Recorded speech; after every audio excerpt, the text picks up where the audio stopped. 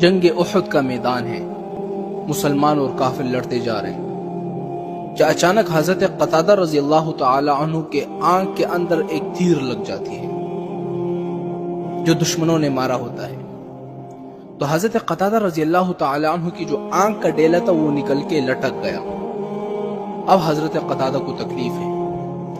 حضرت قتادہ نے اپنے ساتھیوں سے کہا کہ اللہ کے بندے اس ڈیلوں کو نکال دو، میں تکلیف برداشت نہیں کر سکتا۔ انہوں نے کہا کہ ہم نہیں کر سکتے، ایسے کرتے ہیں کہ پہلے نبی کریم صلی اللہ علیہ وسلم کے پاس جاتے ہیں، اگر نبی نے حکم دیا کہ ڈیلے کو نکال دو تو ہم نکال دیں گے۔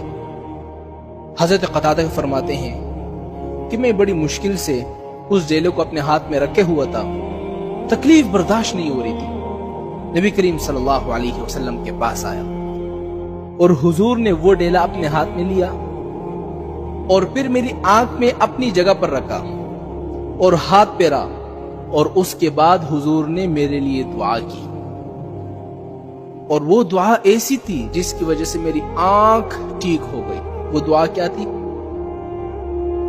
اللہم اشفعہ وجملہ، اے اللہ میرے قتادہ کو شفا دے اور اس کے جمال میں بھی اضافہ فرما، اس نے جنگ احد میں تیرے نبی کے چہرے کی حفاظت کی ہے، تو بھی اس کی چہرے کی حفاظت فرما۔ حضرت قتادہ فرماتے ہیں کہ بس حضور کے ہاتھ اٹھانے کی دیر تھی، جیسے ہی حضور نے ہاتھ اٹھائے مجھے ایسا محسوس ہوا کہ مجھے تو کوئی تکلیف ہی نہیں تھی، اور حضور کے ہاتھ لگنے کے بعد میری آنکھیں اتنی خوبصورت ہوئی جس کا کوئی اندازہ نہیں کر سکتا۔ یہ میرے نبی کا سب سے بڑا معجزہ تھا۔ نبی پاک صلی اللہ علیہ وسلم نے راستے میں بیٹھنے میں منع کیا، لیکن فرمایا اگر بیٹھنا ہے تو تمہیں 5 کام کرنے پڑیں گے۔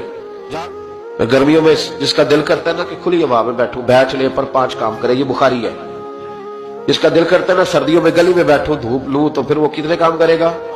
بولیے یا رسول اللہ صلی اللہ تعالی علیہ وسلم کیا کیا کرے تو رستے میں بیٹھنے کی اجازت ہے؟ تو نبی پاک صلی اللہ علیہ وسلم نے فرمایا رستے کا حق ادا کرو، 5 کام کرو۔ یا رسول اللہ کون کون سے؟ فرمایا اگر رستے میں بیٹھنا ہے تو نظریں نیچی کر کے بیٹھو، اس کو بھی اس کو بھی، آنے والے کو بھی اور جانے والوں کو بھی دیکھنے کی تمہیں اجازت۔ رستے میں بیٹھنا ہے تو پھر نظریں نیچی کر کے بیٹھو۔ رسول کریم علیہ السلام نے فرمایا رستے میں بیٹھنا ہے تو دوسری شرط ہے، یہ شرطیں 5 لگائی نبی پاک نے، یہ بخاری ہے۔ فرمایا رستے میں بیٹھنا ہے تو دوسری شرط تمہارے لیے یہ ہے کہ جتنی چیزیں تکلیف دینے والی رستے میں پڑی ہوگی وہ بیٹھنے والے نے اٹھانی ہے۔ اس نے ایک نیا وہاں بیٹھ کے اذیت والا کام نہیں کرنا، بلکہ اس کی ذمہ داری ہے، چونکہ رستے میں وہ بیٹھا ہے، تکلیف دہ چیزیں اٹھائے گا۔ اور تیسری شرط نبی کریم علیہ السلام نے فرمایا تم پر ضروری ہے کہ تم نے سلام لینے والے کا جواب جلدی دینا ہے۔ رستے میں بیٹھنا ہے تو سلام لینے والے کا جواب جلدی دینا ہے۔ اور چوتھی شرط یہ ہے کہ تم نے رستے میں بیٹھے بیٹھے نیکی کا حکم دینا ہے اور برائی سے منع کرنا ہے۔ یہ 5 کام کرنے ہیں، پھر تمہیں رستے میں بیٹھنے کی اجازت ہے، یہ رستے کا حق ہے، اس کو ادا کرو تو